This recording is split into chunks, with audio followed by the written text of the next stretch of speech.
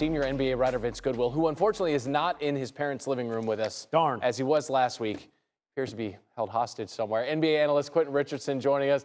VG, let's start with you. What can you tell us about the Knicks' defensive approach against Victor Wembanyama so far in this series?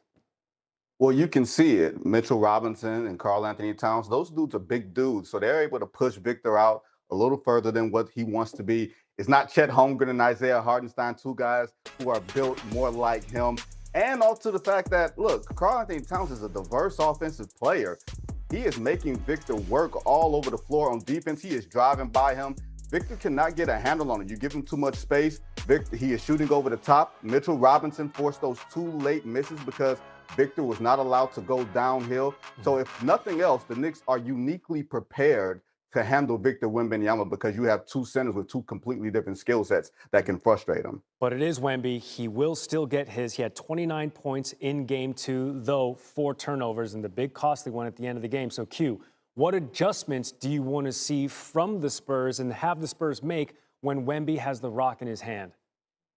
Yeah, actually, it's before he even gets the rock for me. I want him to start his starting point to be inside the three-point line, preferably below the free throw line or at the free throw line, where he has a much more of an opportunity to be impactful. I mean, when you look at his chances where he was scoring and where he struggled to score, he was catching the ball and playing from beyond the three and trying to be more of a perimeter type player driving on these guys. But when he caught the ball below free throw line and had a chance to get downhill and do things attacking the basket, he was more impactful. He's going to either draw a foul or likely to score the basket. So I like to see him start that way and bring that second half aggression in the first half from the start. You mentioned, Vince, that Karl-Anthony Towns is a big reason why Wemby has had trouble getting going in these games. And you have a story on ESPN.com about how Cat's playoff experience is driving the Knicks' success. What more can you add to that? I mean, if you think about it, 2 years ago, the Minnesota Timberwolves had beaten the world champion Denver Nuggets in Denver in the Game 7, and it looked like Minnesota with Karl-Anthony Towns and Anthony Edwards were on their way. Now, granted, that was the second round, but Minnesota lost in the next round, a series they had home court advantage, losing the first 2 games.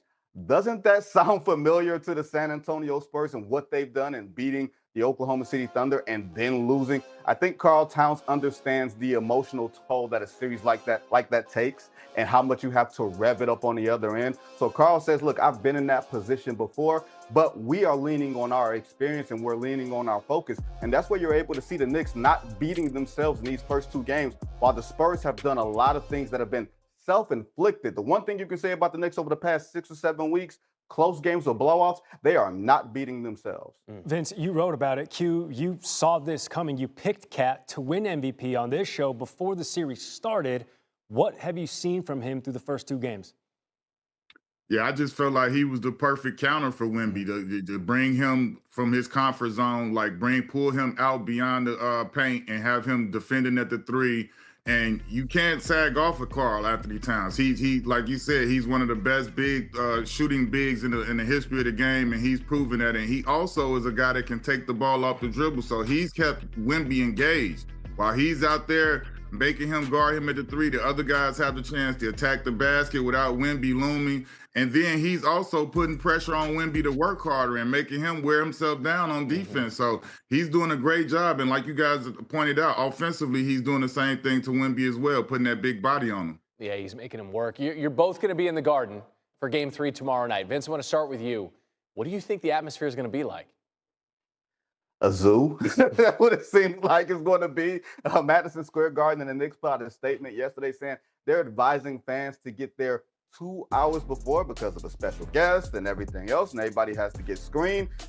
Do they not know that the Knicks fans are going to be there camping out overnight? Have you seen those ticket prices? Like, they're going to make sure that they are there all day. This is more than the game. This feels like an event, a coronation, 20-something years in the making, 50 years in the making. These fans are starved for an NBA title, and the fact that they're up 2-0 and it's not 1-1 or down 0-2, they're going to be rabid tomorrow. I'm actually wondering about an emotional letdown from the Knicks because the atmosphere is going to be so heavy.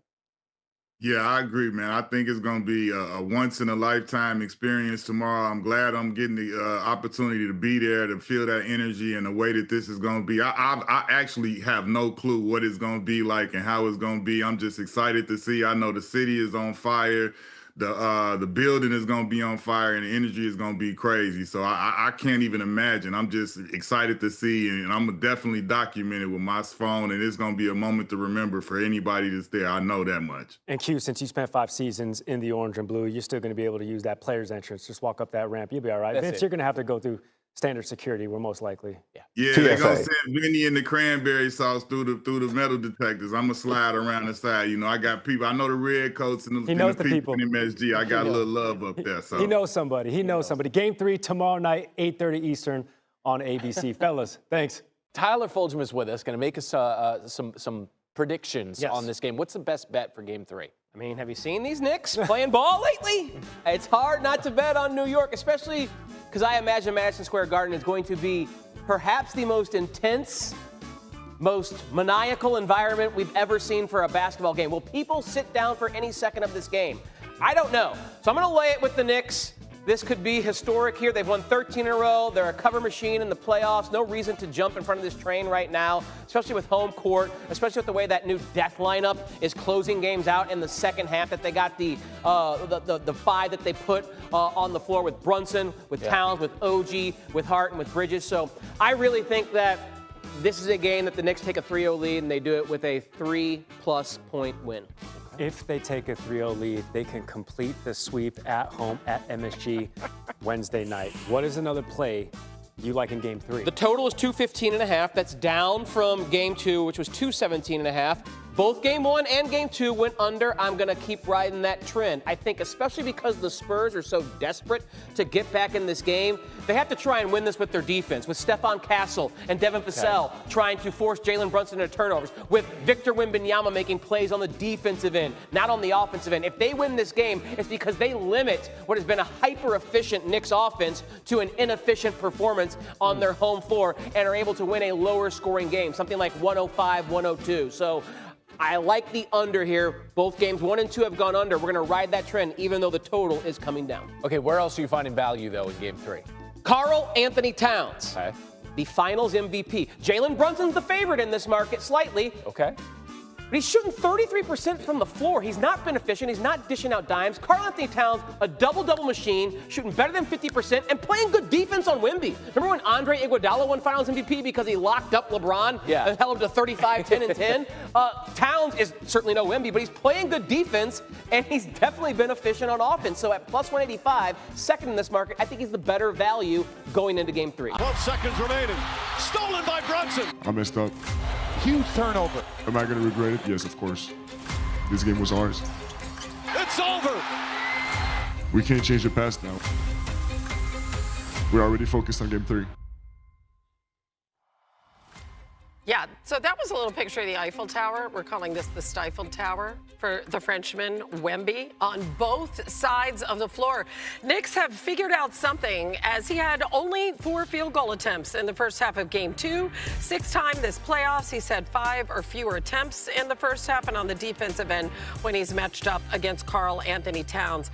Cat is shooting 60% from the floor. Cat is having a series. You almost maybe would consider Cat the MVP of the series if it ended today. Of course, the Spurs want to have a lot to say about that. Michael C. Wright has been covering the Spurs all season long, so he has insight better than just about anybody. And we asked you this same question after Game 1. I'm going to ask it again after Game 2. What adjustments does Wemby need to make? Well, specifically in Victor Wembanyama's case, there's been a couple of times throughout the season and throughout the postseason where he talked about things being blurry after a game. And Victor always says that when it feels that way, that's not good, because that means he didn't have the necessary poise and control of the game. He said that's a big factor for him. That's what he's got to do for this team to be successful. But on top of that, you can't be taking 4 shots in a half. Mitch Johnson, he said that the head coach, he said he's got to do a better job of putting him in environments to where he can get the ball. And he said those guards have to make sure that they hit him when they see him in the paint or, you know, on those rolls. But Mitch Johnson said that's unacceptable too. So it's sort of a thing where everybody's got to work together here. As a matter of fact, like if you can get that blender going, get the ball moving like they want to, then you get open shots for everybody else. And look, Julian Champagnie, he's one of the big-time shooters for the San Antonio Spurs. That guy hasn't made a shot in the second half of this whole finals. So there are a bunch of little things that are making life tough for Wemby right now. Yeah, I mean, Champagnie did have that one little hot run, right? But it was very limited. And you figure their three best players are age 22 or younger. This is such an inexperienced team. Now they're going into Madison Square Garden. It's going to be absolutely insane. What are they saying about it? Well, I don't think they are worried about the environment as much as they are about getting a win. They just got to get one under their belt. Everybody within the Spurs organization, whether it's the players, Spurs coach Mitch Johnson, they keep talking about how we'll be better as long as we can get back to playing our brand of basketball. And I've said this before, their brand of basketball is that Spurs way that Spurs coach Greg Popovich sort of brought into the franchise, and it helped them to go on a 20-plus year dynastic run. And that's moving the ball, that's playing for each other, making sure that ball finds energy. Look, this team averaged 24 and a half assists going into the playoffs. I mean, they were a top 5 team. Well, over these first 2 games, they've only averaged 14 assists. That's not conducive to success on the offensive end for them.